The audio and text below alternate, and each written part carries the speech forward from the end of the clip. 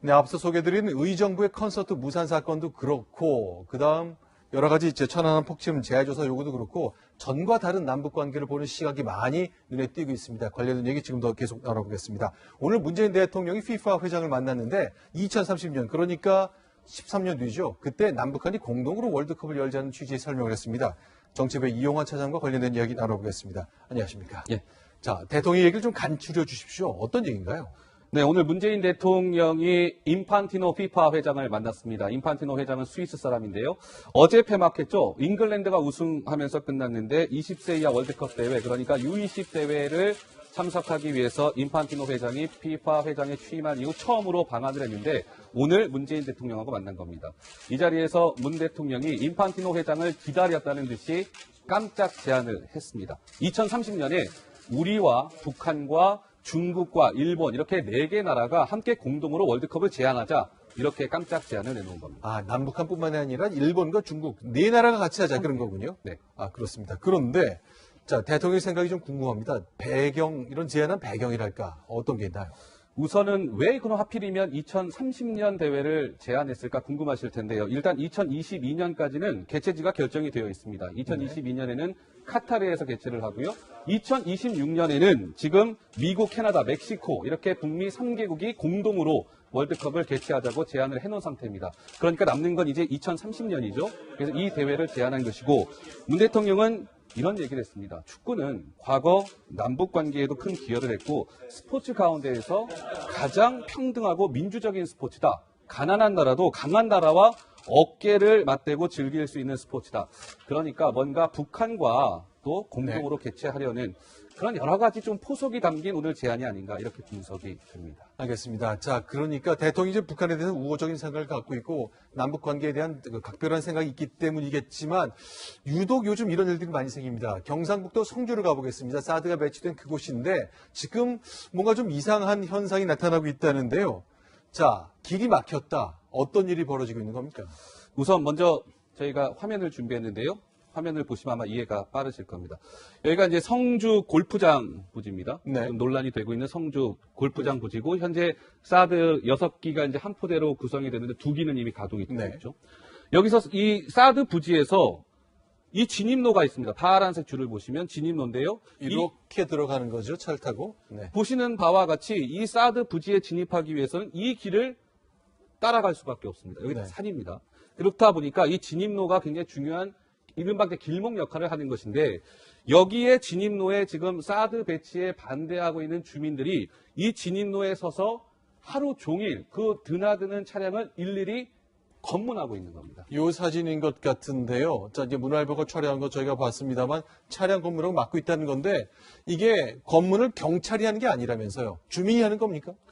이상하죠? 경찰이 검문을 해야 되는데 사드를 반대하고 있는 주민이 이 봉을 들고 마치 경찰처럼 이 차량들을 검문하고 있습니다. 왜 검문하고 있는 걸까요? 혹시 이 차량 안에 이 사드 부지에 들어갈 뭐 예를 들면 기름이라든지 뭐 식자재라든지 이런 네. 물자가 실려 있을까봐 이 주민이 차량을 세우면서 검문하고 있는 겁니다. 일단 사진을 몇 장 더 보겠습니다. 도대체 어떤 일들이 벌어지는지 사진을 계속 보여드릴게요. 자, 그러니까 좀 설명 좀 해주십시오. 예. 지금 보시는 바와 같이 차량이 사드 그 부지의 진입로에 이제 진입을 하려고 하는데 반대하고 있는 주민이 봉을 들고 차량을 세우면서 어디 가는 차입니까? 저는 그 주민입니다. 이런 걸 일일이 지금 확인하면서 차량 통행을 허락하고 있다는 건데, 근데 이게 합법적인 행동인가요? 법상 가능합니까? 법상 불가능합니다. 먼저 주민들은 차량을 멈춰 세울 이유가 전혀 없죠. 권한도 없고요. 예, 권한도 없고요. 따라서 이 주민들한테 과연 권한이 주어지지 않은 저 차량 통행에 검문하는 권한을 과연 줄 수 있는 것이냐? 이거는 무언가 잘못됐다라는 얘기가 나오고 있는 건데요. 네. 보시는 바와 같이 그러면 경찰이 해야 될 일을 주민이 하고 있으면 국방부가 됐건 그 현지에 있어 뭔가 좀 정리가 될 텐데 이게 이렇게 된 상황이 계속 지속되고 있군요. 그러니까 지금 이와 관련해서 사실은 경찰이 좀 제지를 하고 국가 공권력이 이것들을 좀 막아야 하는데 서로 좀 책임을 떠넘기고 있는 양상입니다. 먼저 국방부 같은 경우는요. 네. 성주군이 퇴거 명령을 내리지 않으면 취할 수 있는 조치가 없다. 성주군 책임으로 돌리고 있죠. 반면에 김한군 성주군은 또 이렇게 얘기합니다. 군 차원에서 퇴거 상황이 되면 퇴거 시에 상황이 악화될 수 있다. 중앙정부가 또 입장을 밝혀야 된다. 오히려 또 성주군은 중앙정부의 책임을 떠밀고 있는 그런 상황입니다. 성주군에도 이제 성주경찰서가 있을 것 같은데 뭐라 그러나요? 경찰 관계자를 저희가 오늘 좀 취재를 해봤습니다. 과연 이 사태를 경찰은 어떻게 설명하고 있는지 그 목소리를 들어봤는데요. 함께 한번 확인해 보시겠습니다. 요즘은 저희가 계속 경고를 하고 있거든요. 경고를 해가지고 차를 막아서거나 그런 행위는 거의 없습니다. 앉아가지고 이제 지나가는 차량을 눈으로만 보고 있는 그런 시장이거든요. 경찰차가 대기하면서 그런 행위가 있으면 바로바로 경고를 하고 하지 못하도록 계속 조치를 하고 있습니다. 그럼 우리 군은 어떻게 하고 있습니까? 궁금하네요. 군 같은 경우는 사실 우리 군이 가장 좀 곤혹스러운 상황에 처했다고 볼 수 있을 것 같습니다. 얼마 전에 사드 부지에 우리 헬기가 기름을 사드 부지에 실어다 줬다고 해서 한번 크게 논란이 된 적이 있지 않았습니까? 그런데요, 따지고 보면 어쩔 수 없는 측면이 좀 있습니다. 주민들이 진입로를 아까 보시다시피 막고 있다 보니까 미군 차량이 들어가고 싶어도 지금 들어갈 수가 없습니다. 사드 가동을 위해서 근데 기름이 필수적이지 않습니까? 기름이 부족하다 보니까 오죽하면 이 사드 발사대가 가끔 먹통이 된다고 합니다. 유류차로 한 번이면 옮길 수 있는 걸 헬기로 여러 차례 공수하면서 또 엄청난 국민 혈세, 세금을 낭비하고 있는 그런 상황인 거죠. 알겠습니다. 이제 다양한 일들이 벌어지고 있었습니다만 이것 명확하게 정리를 해야 되겠습니다. 한미 정상회담 앞두고 있는데 이 사진을 보는 트럼프의 질문에 뭐라고 답할지 굉장히 궁금해지는 상황입니다. 자, 이용환 차장과 함께했습니다. 고맙습니다.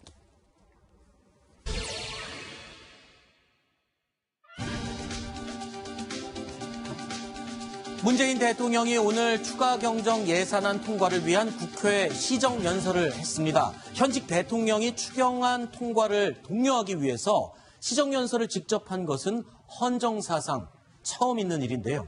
자, 문 대통령이 연설을 위해 국회 본회의장에 입장하는 순간의 모습입니다. 의원들이 자리에 일어나서 대통령을 맞이하고 있는데, 자, 저 악수하는 저런 모습은 미리 다 짜여진 약속한 것인가요? 네, 사실 지금 본회의장에 지금 들어오시는 모습을 보시면 아시겠지만 우상호 전 원내대표나 추미애 대표 그리고 우원식 원내대표 같은 당 지도부는 통상적으로 본회의장에 가장 뒷좌석에 배치가 돼 있습니다. 네. 그리고 원내 제1당이 지금 보시는 대통령이 저기서 연설을 하는 연단을 기준으로 봤을 때 가장 가운데 줄을 기준으로 원내 1당이 위치를 하고 있고 네. 그리고 연단에서 의석들을 바라봤을 때 왼쪽 편에 원내 2당이 위치를 합니다. 네. 자연스럽게 자유한국당이 왼쪽에 있게 되는 거죠. 네. 과거 박근혜 전 대통령 시절에는 그래서 새누리당, 자유한국당이 원내 1당이자 다수당일 때, 집권 여당일 때는 가운데 줄에 자연스럽게 앉아 있었습니다. 네. 그러다 보니까 박근혜 전 대통령이 국회에 들어올 때는 김무성 대표랄지 이완구 원내대표랄지 이런 당 지도부들이 자연스럽게 자신의 자리에 서서 악수를 하는 모습이 저렇게 연출이 되곤 합니다. 네, 그렇군요. 자, 일자리 추경 예산안 관련해서 문재인 대통령의 시정연설 내용 먼저 들어보시죠. 오늘은 정부가 추가경정 예산안을 편성한 이유와 주요 내용을 직접 설명드리고 의원 여러분의 이해와 협조를 부탁드리고자 이 자리에 섰습니다. 청년은 이렇게 말합니다. 제발 면접이라도 한번 봤으면 좋겠어요. 우리의 수많은 아들, 딸들이 이력서 100장은 기본이라고 추경을 편성해서라도 고용을 개선하고 소득 격차가 더 커지는 것을 막아야 합니다. 정부와 국회가 함께 팔걷어 붙이고 나서 주실 것을 간곡히 당부드립니다. 자, 오늘 대통령의 시정연설 내용을 보면요. 어떤 사례들, 그리고 스토리, 이런 것들을 굉장히 강조했고, 한마디로 표현하자면 호소력이 굉장히 짙었다, 이런 느낌을 받았는데, 어떻게 보셨습니까? 먼저 강경석 기자는 정치부 기자들 사이에서 어떤 평가가 나오고 있나요? 네, 말씀하신 대로 아무래도 조금 감정적인 부분을 조금 더 부각시킨 네. 연설이었습니다. 실제로 PPT를 활용하면서 소방관이랄지 공무원들에 대한 어떤 처우를 얘기할 때는 그에 맞는 사진을 PPT 화면에 준비를 했달지 네. 그리고 내용 자체도 자칫 딱딱할 수 있는 숫자 위주의 설명이 아니라 네. 어떤 취업 준비생들의 어려움을 부각을 시킨달지 네. 그리고 실제로 취업 부직난에 힘들었던 어떤 그 청소년들 그런 구직자들에 대한 이야기를 한달지 이런 식으로 조금 감성적으로 접근을 하면서 네. 이 추경안에 대해서 조금 설명을 했던 그런 측면이 있었습니다. 네, 지금 화면에 보시는 화면의 왼쪽에 보이는 저 내용이 PPT 그러니까 파워포인터 이렇게 발표를 할 때 문자나 도표 이런 자료들을 같이 보면서 하는 발표 방식인데 대통령이 저렇게 파워포인트, PPT까지 쓰면서 발표하는 건 굉장히 이례적이지 않습니까? 네, 뭐 저는 사실상 처음 봤는데요. 그렇죠. 이제 국회 본회의장에 가면 이 가운데에서 대통령이 연설을 하고 있고 양 옆에 큰 대형 모니터가 있거든요. 그 모니터에도 일반적으로는 연설을 하고 있는 대통령의 모습을 담는데 오늘의 경우에는 저렇게 이 연설 내용에 관련돼 있는 이 자료를 짤막하게 요약을 해서 이 PPT 자료를 좀 보여주고 있습니다. 근데 저렇게 되면 귀로도 들으면서 눈으로 그 내용을 정리된 내용을 보기 때문에 훨씬 이해와 전달력이 좀 좋거든요. 그렇군요. 뭐 그런 점에서 이제 새로운 시도다 이렇게 볼 수 있을 것 같습니다. 네, 자 발표 자료까지 시각적인 자료를 준비했고 내용도 호소력이 짙었다 이런 결과를 토대로 본다면 어떻습니까? 야당의 반응 이번 이 시정 연설이 좀 효과가 있었다고 보나요? 글쎄요, 말씀하신 대로 효과가 좀 있었으면 좋겠지만 오늘 사실 한국당이 굉장히 강경한 태도로 반대를 했습니다. 네. 실제로 추경안에 대해서도 오늘 국회의장이 주재로 했던 원내대표 회동에 자유한국당 정호택 원내대표만 불참을 했습니다. 그렇죠. 그래서 그 자리에서 실제로 어떤 추경에 대해서 어떻게 할 것인지 좀 논의를 했어야 되는데 본인이 실제로 참석하지도 않은 자리에서 마치 여야 3당이 추경안을 그럼 심사를 해보겠다. 이런 취지의 발언이 나가면서 또 상당히 격앙이 되면서 시정연설이 끝난 직후에 한국당 의원들이 모여서 의원총회를 했는데 거기서도 상당히 좀 격앙된 분위기였다고 합니다. 네. 그러면서 추경안을 실제로 6월 임시국회에서 통과시킬 수 있을지는 어떻게 보면 제1야당인 한국당에게 상당 부분이 달려 있는데 네. 지금 상태로 지금 시정연설만 가지고 봤을 때는 그렇게 전망이 밝아 보이지 않은 게 사실입니다. 네. 자, 문재인 대통령이요 시정연설을 앞두고 국회의장실을 방문했습니다. 어떤 이야기가 오고 갔는지 영상 확인해 보시죠. 대통령께서 이렇게 협치에 관련을 해 주시니까 그래도 함께하도록 의장으로서 최선을 다하겠습니다. 지난번 6월 친선실시도 국회에서 가고 지금 한 달 만에 다시 국회에 찾아왔습니다. 아마 대통령 취임 이후에 시정연설도 가장 많은 시기를 하고 제가 직접 찾아뵙고 하기로 한 것은 좀 그만큼 국회를 더 긴밀하게 소통하고 협치하고자 하는 그런 노력, 그런 의미로 받아들이시면 좋겠습니다. 인사청문회하고 별개로 추경안은 다르게 논의가 이루어지는 그런 바람입니다. 자, 오늘 문재인 대통령이 방점은 추경안에 팍 찍은 것 같습니다. 사실 국회 오기 전에 여야 지도부를 만났었는데 지금 발등에 불이 떨어진 일이 이제 외교부 장관 후보자 인사청문회 보고서 채택 아닙니까? 자, 그랬는데 이 부분에 대해서 말을 하지 않을까 했는데 전혀 그런 언급은 없었어요. 추경안이 오늘은 핵심 주제였던 것 같습니다. 네, 맞습니다. 말씀하신 대로 오늘 대통령의 발언은 추경에 초점이 맞춰져 있었습니다.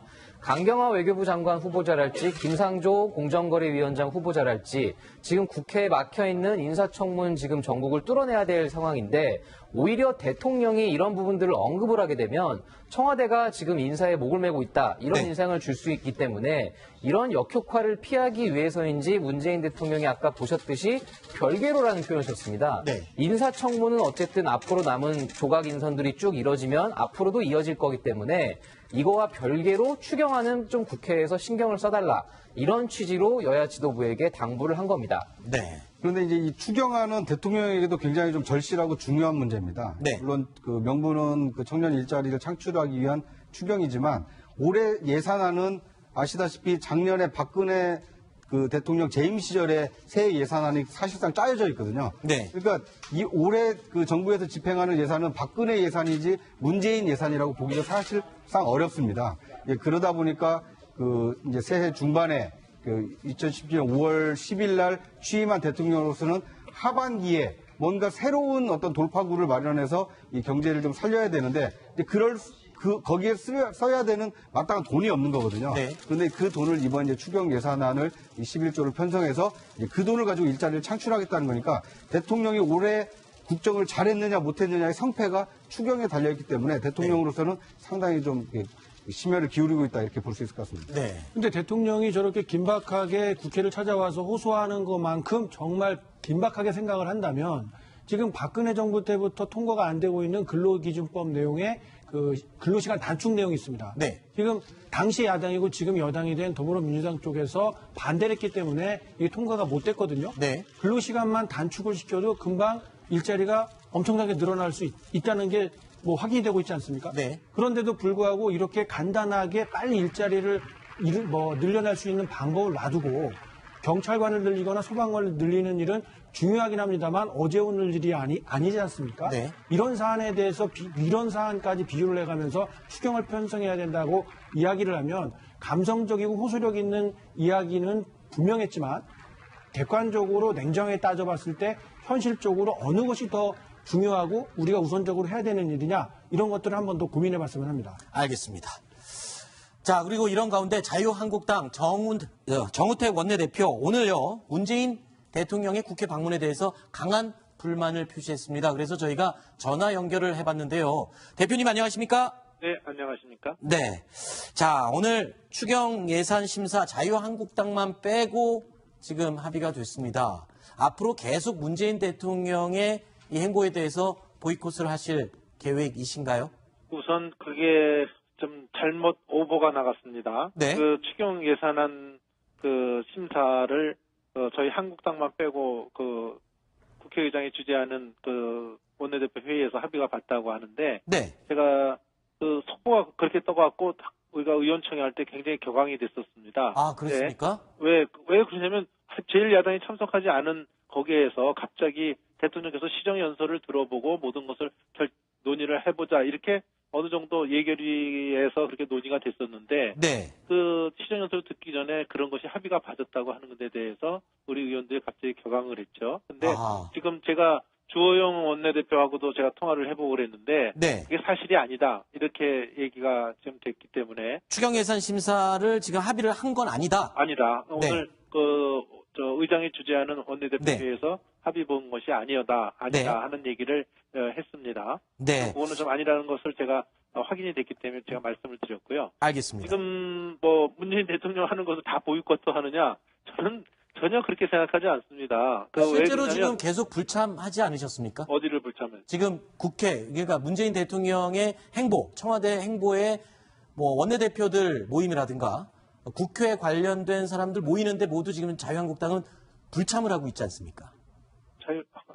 오늘 대통령 오신데 제가 못 간 것은 그 앞에 네. 의총에서 격앙이 돼 있다는 말씀을 제가 드린 바가 있습니다. 그런데 네.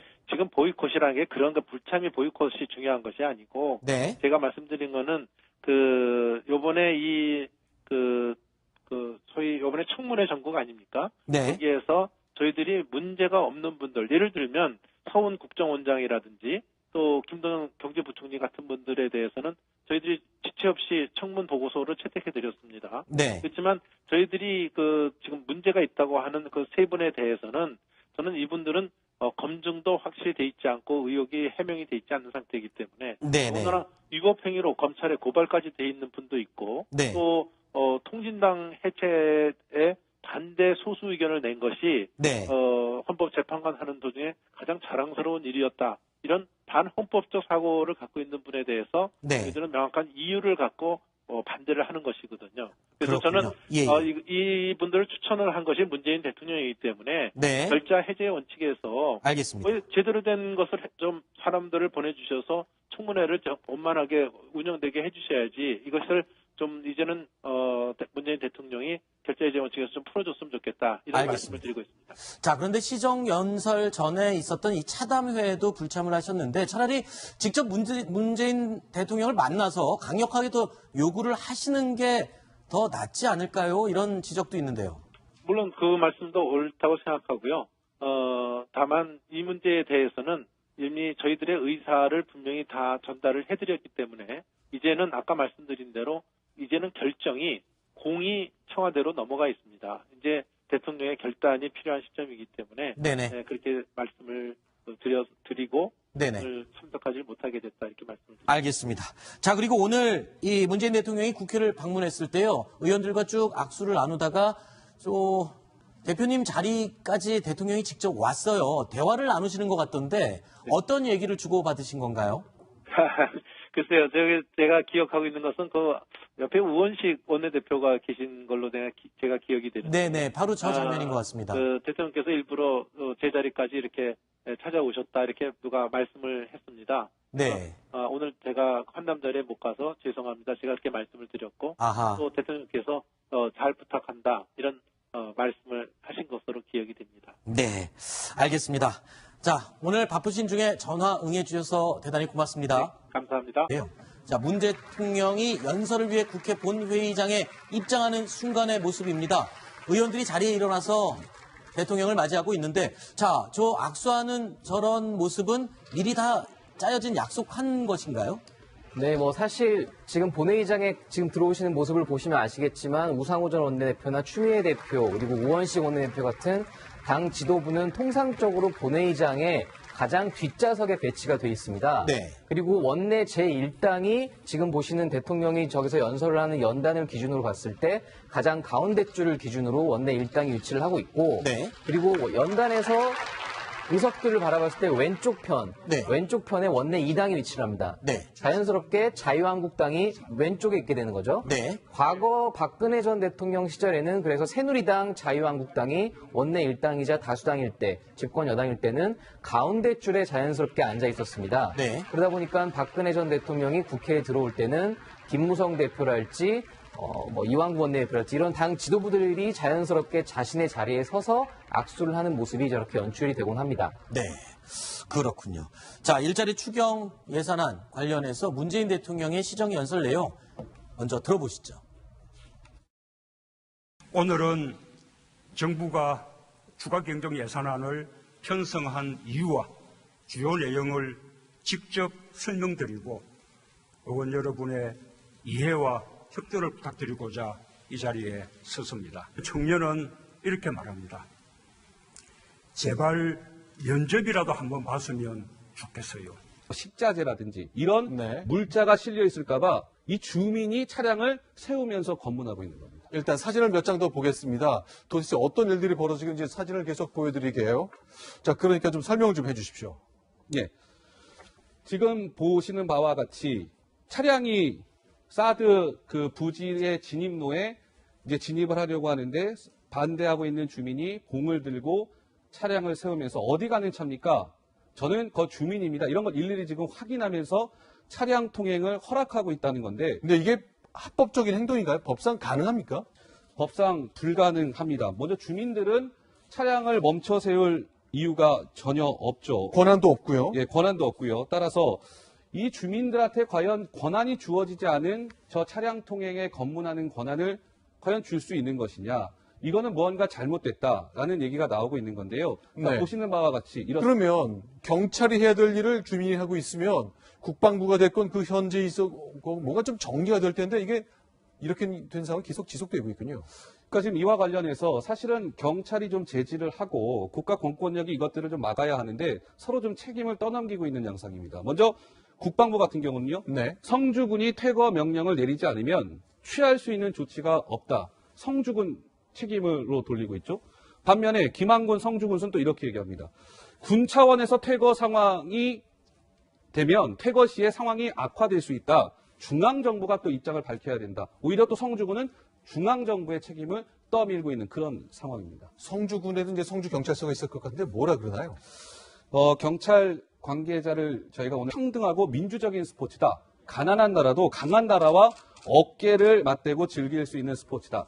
그러니까 뭔가 북한과 또 공동으로 개최하려는 그런 여러 가지 좀 포석이 담긴 오늘 제안이 아닌가 이렇게 분석이 됩니다. 알겠습니다. 자, 그러니까 대통령이 이제 북한에 대해서 우호적인 생각을 갖고 있고 남북 관계에 대한 각별한 생각이 있기 때문이겠지만 유독 요즘 이런 일들이 많이 생깁니다. 경상북도 성주를 가보겠습니다. 사드가 배치된 그곳인데 지금 뭔가 좀 이상한 현상이 나타나고 있다는데요.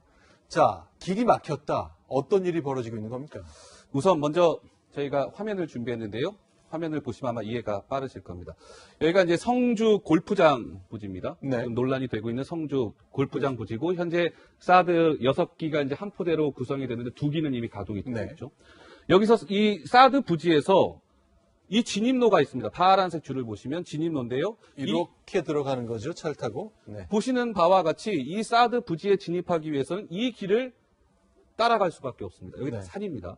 그렇다 보니까 이 진입로가 굉장히 중요한 이른바 길목 역할을 하는 것인데 여기에 진입로에 지금 사드 배치에 반대하고 있는 주민들이 이 진입로에 서서 하루 종일 그 드나드는 차량을 일일이 검문하고 있는 겁니다. 요 사진인 것 같은데요. 자, 이제 문화일보가 촬영한 거 저희가 봤습니다만 차량 검문하고 막고 있다는 건데 이게 검문을 경찰이 하는 게 아니라면서요. 주민이 하는 겁니까?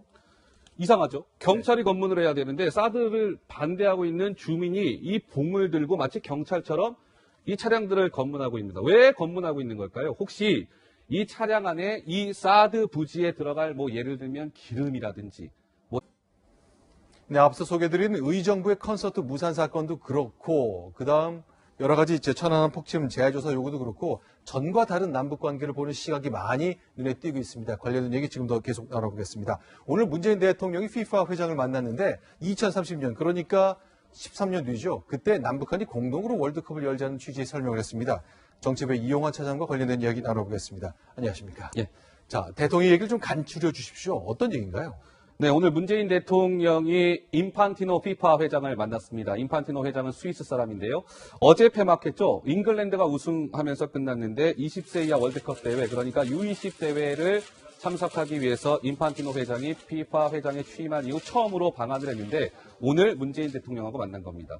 이 자리에서 문 대통령이 인판티노 회장을 기다렸다는 듯이 깜짝 제안을 했습니다. 2030년에 우리와 북한과 중국과 일본 이렇게 4개 나라가 함께 공동으로 월드컵을 제안하자 이렇게 깜짝 제안을 내놓은 겁니다. 아, 남북한뿐만이 아니라 일본과 중국 4나라가 같이 하자 그런 거군요. 네. 아, 그렇습니다. 그런데 자, 대통령의 생각이 좀 궁금합니다. 배경, 이런 제안한 배경이랄까 어떤 게 있나요? 우선은 왜 그럼 하필이면 2030년 대회를 제안했을까 궁금하실 텐데요. 일단 2022년까지는 개최지가 결정이 되어 있습니다. 2022년에는 카타르에서 개최를 하고요. 2026년에는 지금 미국, 캐나다, 멕시코 이렇게 북미 3개국이 공동으로 월드컵을 개최하자고 제안을 해놓은 상태입니다. 그러니까 남는 건 이제 2030년이죠. 그래서 이 대회를 제안한 것이고 문 대통령은 이런 얘기를 했습니다. 축구는 과거 남북 관계에도 큰 기여를 했고 스포츠 가운데에서 가장 좀 취재를 해봤습니다. 과연 이 사태를 경찰은 어떻게 설명하고 있는지 그 목소리를 들어봤는데요. 함께 한번 확인해 보시겠습니다. 요즘은 제가 계속 경고를 하고 있거든요. 경고를 해가지고 차를 막아서거나 그런 행위는 거의 없습니다. 앉아가지고 이제 지나가는 차량을 눈으로만 보고 있는 그런 시장이거든요. 경찰차가 대기하면서 그런 행위가 있으면 바로바로 경고를 하고 하지 못하도록 계속 조치를 하고 있습니다. 그럼 우리 군은 어떻게 하고 있습니까? 궁금하네요. 군 같은 경우는 사실 우리 군이 가장 좀 곤혹스러운 상황에 처했다고 볼 수 있을 것 같습니다. 얼마 전에 사드 부지에 우리 헬기가 기름을 사드 부지에 실어다 줬다고 해서 한번 크게 논란이 된 적이 있지 않았습니까? 그런데요. 따지고 보면 어쩔 수 없는 측면이 좀 있습니다. 주민들이 진입로를 아까 보시다시피 막고 있다 보니까 미군 차량이 들어가고 싶어도 지금 들어갈 수가 없습니다. 사드 가동을 위해서 근데 기름이 필수적이지 않습니까? 기름이 부족하다 보니까 오죽하면 이 사드 발사대가 가끔 먹통이 된다고 합니다. 유류차로 한 번이면 옮길 수 있는 걸 헬기로 여러 차례 공수하면서 또 엄청난 국민 혈세, 세금을 낭비하고 있는 그런 상황인 거죠. 알겠습니다. 이제 다양한 일들이 벌어지고 있었습니다만 이거 명확하게 정리를 해야 되겠습니다.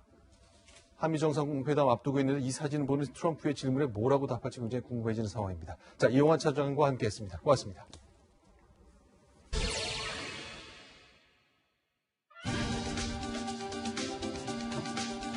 문재인 대통령이 오늘 추가 경정 예산안 통과를 위한 국회 시정연설을 했습니다. 현직 대통령이 추경안 통과를 독려하기 위해서 시정연설을 직접 한 것은 헌정사상 처음 있는 일인데